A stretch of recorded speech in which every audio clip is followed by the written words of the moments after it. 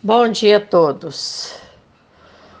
Vamos dar início à nossa EBD desta manhã, primeiramente clamando ao nosso Deus para que as suas mãos estejam estendidas sobre a nossa vida, sobre a nossa casa, sobre a nossa família. Que o Senhor esteja nos abençoando, nos guardando e nos protegendo e nos dando a sua paz. Vamos trazer um estudo nesta manhã que tem por tema: o que leva em sua aljava um missionário? E que tem por texto básico o que está escrito em Mateus 24, do verso 12 ao 14. E a Bíblia em que estamos meditando é a Almeida Corrigida Fiel. E por se multiplicar a iniquidade, o amor de muitos esfriará.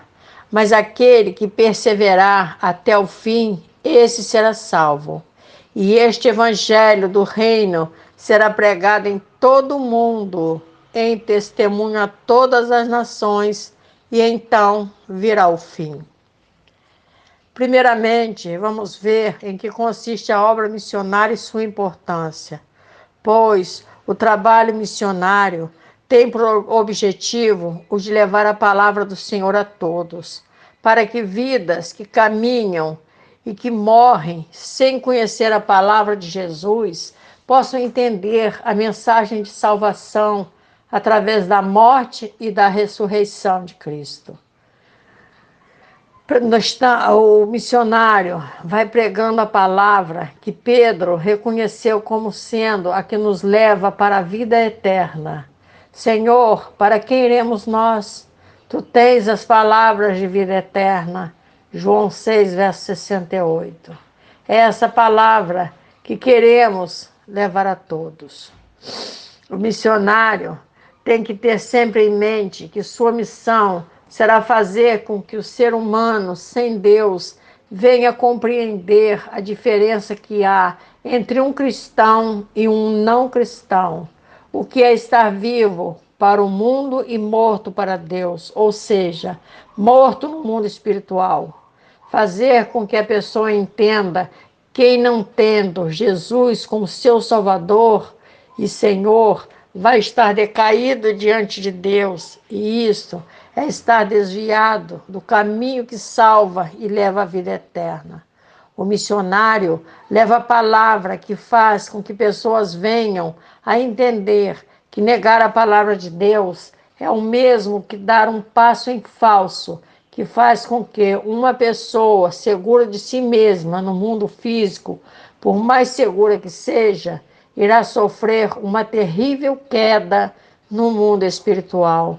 Pois, embora seja muito bem-sucedido nesse mundo em que vivemos, diante do Senhor, ele não passa de um fracassado. Está com seus olhos voltados para o seu sucesso no mundo físico, mas completamente alheio a Deus e a si mesmo, parecendo estar vivas, tão somente caminham. Sua vida é tão somente aparência, pois não são salvas em Cristo, por isso já estão condenadas e mortos, porque o curso de suas vidas é o desse mundo, não dando a menor importância ao que verdadeiramente vale a pena. É o que a palavra nos fala em Efésios 2, verso 2, em que noutro tempo andaste segundo o curso deste mundo, segundo o príncipe das potestades do ar, do espírito, que agora opera nos filhos da desobediência. Veja que são pessoas que andam segundo o curso desse mundo. A palavra nos revela que essas estão condenadas. Quem crê nele não é condenado, mas quem não crê já está condenado, porquanto não crê no nome do unigênito Filho de Deus. João 3, verso 18. A vaidade de seu sucesso, a arrogância por se achar poderoso, faz com que haja junto a eles uma atuação demoníaca que é exercida pelo príncipe das potestades, que domina a mente daqueles que são escravizados pelas coisas desse mundo, esquecidos de que é disso que Jesus fala, que por não crerem no unigênito Filho de Deus, já estão condenados. Fazer missão é nos importarmos com esta realidade deprimente, mas cientes de que nem todos que ouvirem irão crer na palavra que levamos. O que falamos é a mais pura das verdades, por mais que saibam que há sobre eles uma opressão que traz a depressão, aquela que leva ao suicídio. Não conseguem crer que a morte, que é tão temida por todos, é aquela que faz com que o homem sem Deus venha a morrer para a eternidade. Mas estes só se darão conta disso quando for tarde demais. Temem a morte física, mas não se importam com a morte espiritual. Muitos irão pensar que se está fazendo terrorismo. Esta não é a nossa intenção, pois o que queremos é levar a palavra de forma a que ela venha a ser entendida e aceita. Iremos falar desse evangelho muitas vezes para pessoas que estão em completo desalinho e, por que não dizer, com a vida espiritual descarrilada. E é disso que o verso 4 de Efésios 2 nos fala. Mas Deus, que é riquíssimo em misericórdia, pelo seu muito amor com que nos amou. O missionário leva o plano de salvação que Jesus conquistou na cruz ao homem sem Deus. Leva a meditar nas filigranas da palavra de Deus. Ele está em pecado e condenado. No entanto, a palavra que acabamos de ler nos diz que, mas Deus quer a salvação e se importa com este pecador, e isso acontece depois que for ouvida a palavra de Deus e nela crer. Ela é a palavra de salvação.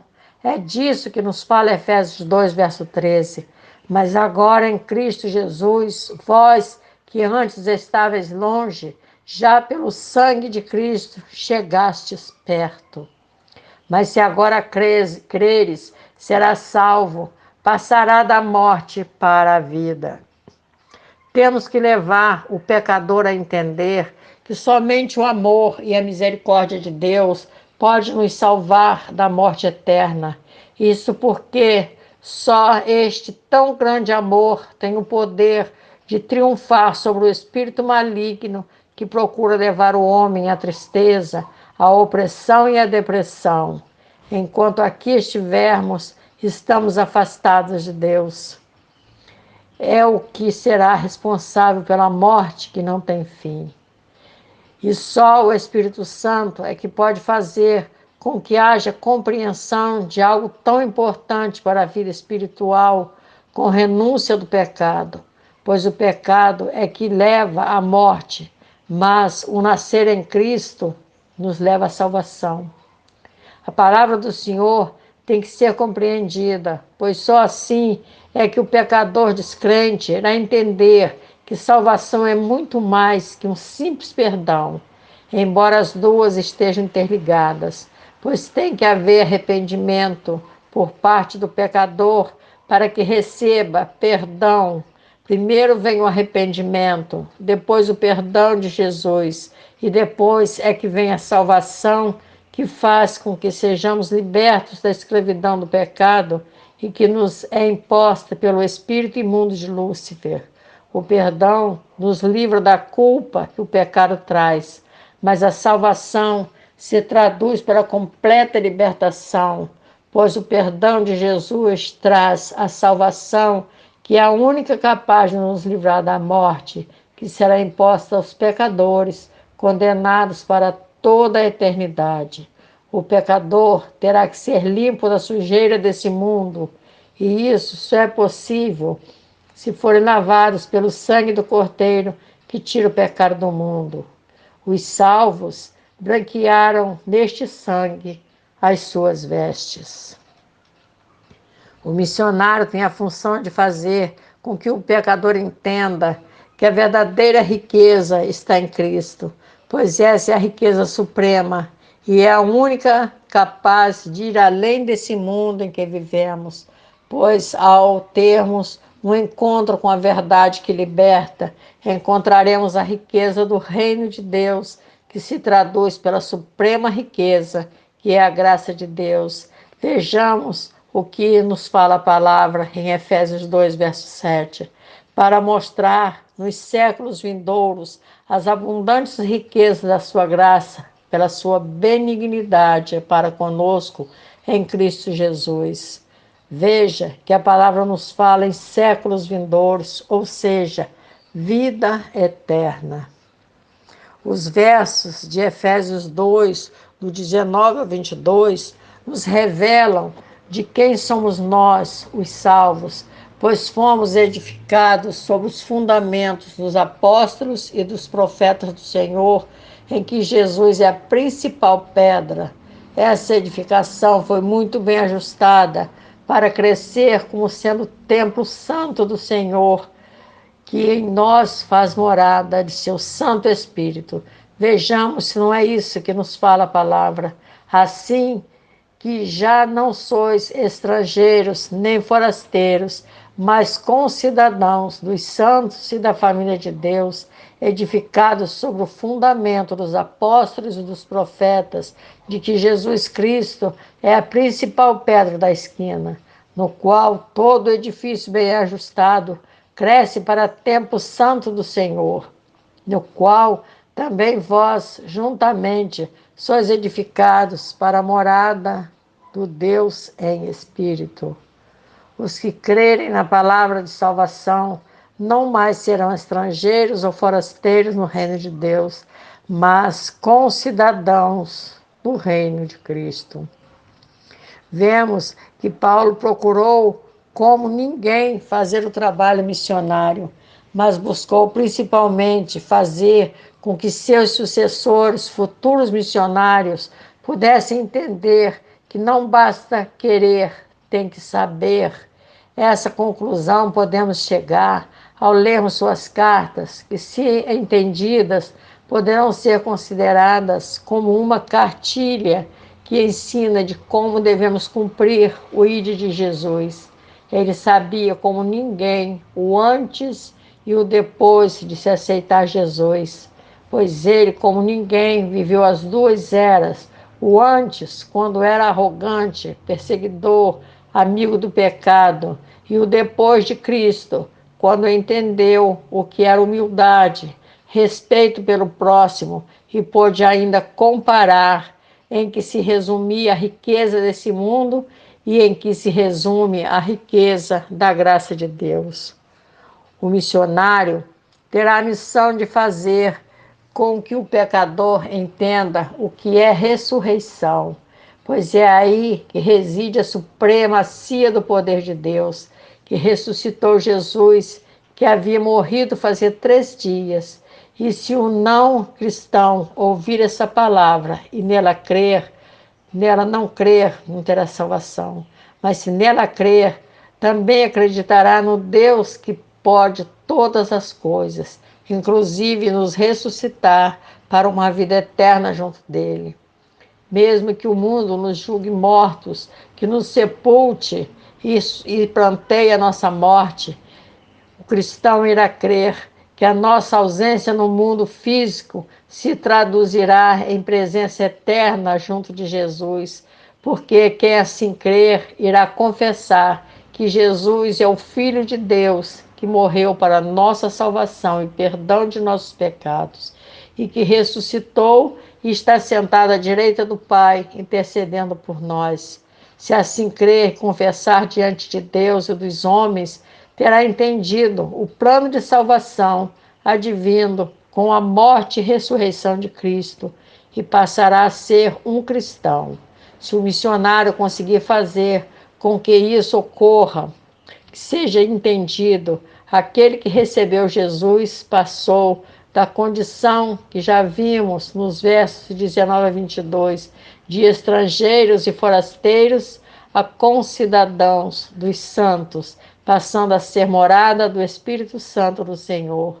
Deixaram de ser criaturas e passaram a ser vistos como sendo filhos de Deus, é o que nos fala a palavra. Mas a todos quantos o receberam, deu-lhes o poder de serem feitos filhos de Deus, aos que crerem no seu nome. João 1, verso 12. No verso 1 de Efésios 2, encontramos Paulo enfatizando que e vos vivificou, estando vós mortos em ofensas e pecados. O pecador foi vivificado, mas para isso tem que haver uma real conversão. Não basta ser cristão dentro dos templos, tem que ser cristão em qualquer lugar, pois o verdadeiro cristão é a igreja do Senhor. Vimos isso ainda há pouco, e na igreja do Senhor habita o Espírito Santo de Deus, que vai junto de nós, onde estivermos. Temos que ouvir a voz de Deus e fazermos a sua vontade, não a nossa. Tem muitos cristãos repetindo o Pai Nosso e não sabendo o que falam, pois ao fazermos essa oração falamos: seja feita a sua vontade, assim na terra como no céu. Então a vontade do Senhor tem que sobrepujar a minha, ou seja, a do verdadeiro cristão. No cristianismo não há meio termo, pois ou se está vivo para Deus e morto para o mundo, ou se está vivo para o mundo e morto para Deus. Vamos à palavra. Eis que a mão do Senhor não está encolhida para que não possa salvar, nem agravado seu ouvido para não poder ouvir. Mas as vossas iniquidades fazem separação entre vós e o vosso Deus, e os vossos pecados encobrem o seu rosto de vós, para que não vos ouça. Isaías 59, verso de 1 a 2. É bem clara a palavra. As mãos de Deus não estão encolhidas para que não possa salvar, e nem os seus ouvidos impossibilitados de ouvir e perdoar. Mas se não for cristão, se estiver em pecado, estará separado do Senhor, pois o pecado encobre o seu rosto de diante do Senhor. Não adianta orar, pois o Senhor não te dará ouvidos. Paulo nos fala que devemos ser claros em nossas pregações, pois não podemos estar vivos para Deus e para o pecado ao mesmo tempo. Isso vemos em sua palavra. Assim também vós considerai-vos certamente mortos para o pecado, mas vivos para Deus em Cristo Jesus, nosso Senhor. Não reine, portanto, o pecado em vosso corpo mortal, para lhe obedecerdes em suas concupiscências. Nem tampouco apresenteis os vossos membros ao pecado por instrumento de iniquidades, mas apresentai-vos a Deus como vivos dentre mortos, e os vossos membros a Deus como instrumentos de justiça. Romanos 6, do verso 11 ao 13. Isso não o convenceu? Vamos até Colossenses 3:3, que nos revela que quando renunciamos à nossa vida pecaminosa, estamos mortos para o mundo e vivos para Deus, porque já estáis mortos e a vossa vida está escondida com Cristo em Deus. Quando morremos para o mundo, a nossa vida está escondida com Cristo em Deus. Morremos aqui, renascemos com vida eterna. Essa é a ressurreição que esperamos, enquanto muitos aguardam a reencarnação nesse mesmo mundo em que estamos de tristeza e sofrimento, onde a dor, o pranto, tudo de ruim que certamente irá continuar. A vida que Jesus nos oferece é no lugar onde não mais haverá dor, pranto, nem separação. E Deus limpará de seus olhos toda lágrima. E não haverá mais morte, nem pranto, nem clamor, nem dor, porque já as primeiras coisas são passadas. Apocalipse 21, verso 4. É possível que este novo nascimento seja aqui mesmo nesse mundo? É necessário que seja aqui, pois é Ele que faz com que o pecador entenda em que se resume esta nova vida, que é ressurreição e não reencarnação. Como fazer com que o pecador entenda a diferença entre vida com Deus e vida em pecado, em que se traduz vida e morte espiritual? A morte espiritual é aquela que nasce da desobediência à palavra de Deus, pois é através dela que entra o pecado. Vamos ver se é isso que nos fala a palavra. Mas da árvore do conhecimento, do bem e do mal, dela não comerás, porque no dia em que dela comeres, certamente morrerás.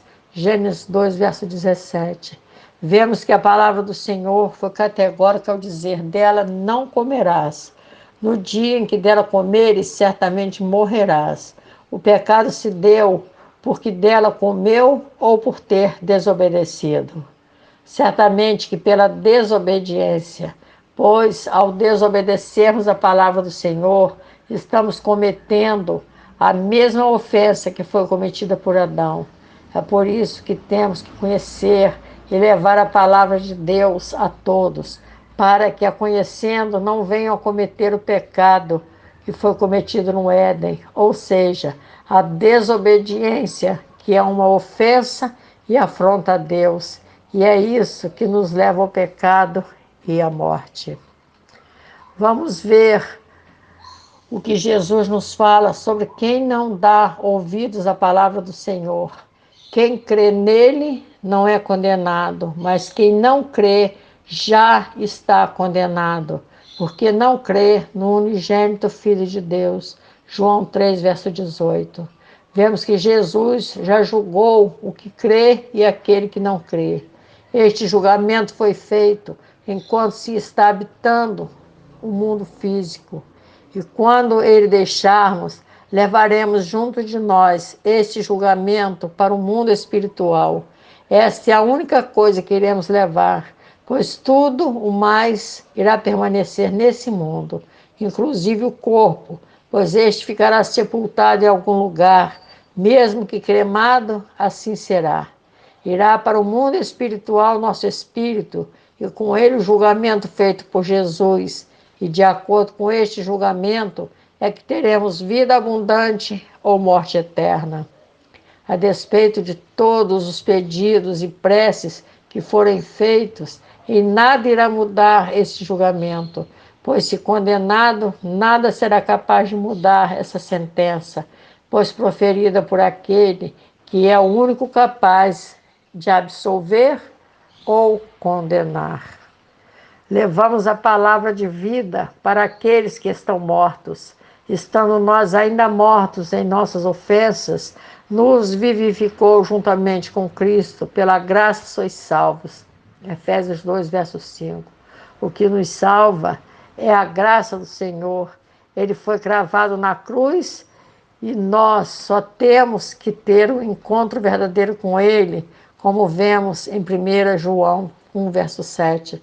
Mas se andarmos na luz, como Ele na luz está, temos comunhão uns com os outros, e o sangue de Jesus Cristo, seu Filho, nos purifica de todo pecado. Temos que andar com Jesus. Veja que o versículo enfatiza: se andarmos na luz como Ele na luz está. Mas como está na luz se nós não sabemos como? Essa é uma das nossas obrigações, levar ao ímpio e pecador o correto conhecimento da palavra. Quem convence é o Espírito Santo, mas quem prega e leva a palavra somos nós. Voltando ao verso 2, vamos encontrar Paulo esclarecendo o que Jesus quis dizer a Nicodemos quando disse que para alcançar o reino de Deus é necessário nascer de novo. Isso porque ele nos fala de dois tempos, o antes de ser cristão e o depois. Antes andava segundo o curso desse mundo, ou seja, em desobediência e pecado, pois seguia o príncipe das potestades do ar. Este é o espírito de Lúcifer e opera onde? Nos filhos da desobediência. Estes eram antes de Cristo, mas aqueles que branquearam suas vestes no sangue do Cordeiro passaram a viver um novo tempo, ou seja, depois de Cristo, agora obedientes à voz do Senhor. Estes passaram a viver o tempo de alegria e de paz na glória do Senhor. Lembrai-vos de que vós, noutro tempos, erais gentios na carne. Efésios 2, verso 11. Antes de Cristo, entendiam que a salvação podia vir pelas mãos dos homens, por rezas feitas após a morte, Buscavam saber seu futuro por horóscopo e adivinhadores. E a palavra nos diz: e não comuniqueis com as obras infrutuosas das trevas, mas antes condenai-as, porque o que eles fazem oculto, até dizê-lo, é torpe. Efésios 5, verso 11 e 12. Mas depois que conhecemos Cristo, há um novo nascimento, e tudo que era dito pelos homens como verdade passou a ser rejeitado e condenado, pois a palavra do Senhor passou a ser entendida e a desobediência passou a dar lugar à verdade e à obediência. Sabemos que o nascimento de Jesus mudou a contagem do tempo, pois o mundo passou a viver na era cristã.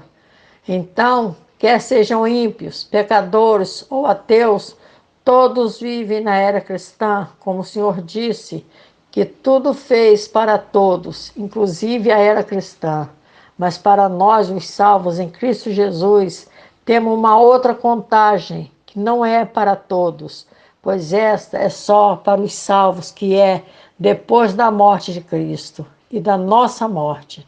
Pois assim como o curso da vida de Jesus mudou, voltando para o Pai, o curso de nossa vida também vai mudar, pois agora somos guiados pelo Espírito Santo. Recebemos um novo coração e um novo espírito. Cria em mim, ó Deus, um coração puro e renova em mim um espírito reto. Salmos 51, verso 10. Aqueles que aceitam a morte e ressurreição de Jesus passarão a viver a era depois de sua morte, pois não mais irão andar segundo o curso desse mundo, ou seja, segundo o maligno. Agora terão vida abundante.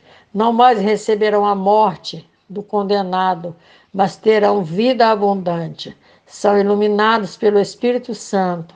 Não mais serão guiados pelo príncipe das potestades do ar. Agora não mais serão criaturas, mas filhos de Deus. Não mais são filhos da desobediência, do engano. Vamos viver a era que veio depois da morte de Cristo?